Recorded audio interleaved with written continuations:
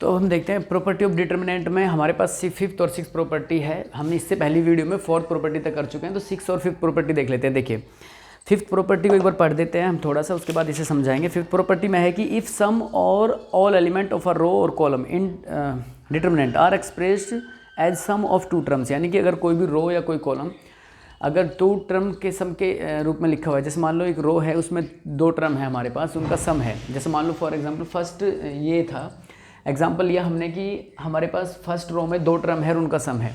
तो इसने कहा क्वेश्चन में कि अगर इस तरह से दे रखा है तो then the determinant can be expressed as sum of 2 determinant, तो आप उनको 2 डिटर्मिनेंट के सम के रूप में लिख सकते हो। जैसे a1 plus lambda 1, a2 plus lambda 2, a3 plus lambda 3, ये 2 टर्म है जिनका सम दिया हुआ है फर्स्ट रो में, बाकी सेकंड रो थर्ड रो में कोई सम नहीं है। तो आप उनको क्या लिख सकते हो इस तरह से, प्रॉपर्टी 5th कहती है कि आपको इस तरह से लिख सकते हो कि पहले फर्स्ट टर्म ले लीजिए, ये a1 a2 a3, a1 a2 a3, b1 b2 b3 c1 c2 c3 same रहेगा दोनों डिटर्मिनेंट्स के लिए। a1 a2 a3 लिया, b1 b2 b3 c1 c2 c3। अब सेकंड टर्म जो बच गई लेमड़ा 1, आप उसको इस तरह से लिख सकते हो लेमड़ा 1 लेमड़ा 2 लेमड़ा 3, और फिर ये b1 b2 b3 c1 c2 c3 as it is रहेंगे। उसके बाद आप इसको सॉल्व कीजिए, तो ईजी हो जाएगा डिटर्मिनेंट की वैल्यू फाइंड आउट करना, ठीक है। तो ये 5th प्रॉपर्टी है कि आपके पास इस तरह से अगर कोई रो या कोई कॉलम में 2 टर्म्स का सम दे रखा है तो आप उन्हें अलग अलग करके लिख लीजिए, ठीक है। इस तरह से एक एग्जांपल देख लेते हैं। जैसे हमारे पास एक मैट्रिक्स था जिसका डिटर्मिनेंट हमें निकालना है, इसमें सेकंड रो में 2 टर्म का सम है हमारे पास, सेकंड रो में 2 टर्म का सम है। तो अब क्या करेंगे, हमने पहले a b c और इसके बाद देखिए a plus 2x b plus 2y c plus 2z है, ये दिया हुआ है, फिर x y z है।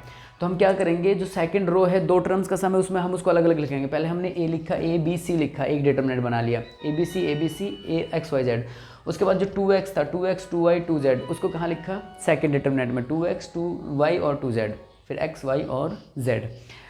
अब हम क्या करेंगे, इसका डिटर्मिनेंट देखिए, यहाँ 2 रो ये आइडेंटिकल हो चुका है, ये 2 रो आइडेंटिकल है। हमने थर्ड प्रॉपर्टी पढ़ी थी कि अगर 2 रो या 2 कॉलम आइडेंटिकल होते हैं तो उसकी वैल्यू 0 हो जाती है, ठीक है। उसके बाद इसमें से 2 कॉमन निकाल लीजिए, सेकंड रो में से 2 कॉमन, और डिटर्मिनेंट में अगर कॉमन भी निकालेंगे तो आप एक रो में से या एक कॉलम में से निकाल सकते हैं, पूरे डिटर्मिनेंट में से नहीं निकाल सकते।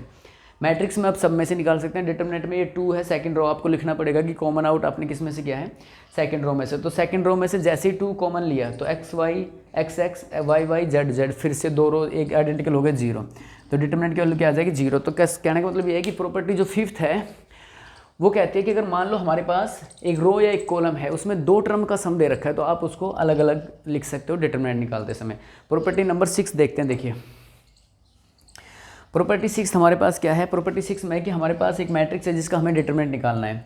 उसके एलिमेंट है a1 a2 a3, b1 b2 b3 c1 c2 c3। आपको इजी बनाने के लिए आप क्या कर सकते हो, आप किसी भी रो में किसी भी अदर रो को कांस्टेंट नंबर से मल्टीप्लाई करके ऐड कर सकते हो और लेस कर सकते हो। जैसे इसमें किया हमने, इस मैट्रिक्स में क्या किया कि हमने ऑपरेशन लगाया सॉल्व करने के लिए r1 पे, r1 को k से मल्टीप्लाई करके r3 में ऐड कर दिया, तो k से मल्टीप्लाई करके r3 में ऐड कर दिया। इस तरह से आप लिख सकते हो, ऑपरेशन r1 पे लगाया, r1 को k से मल्टीप्लाई करके r3 में ऐड कर दिया।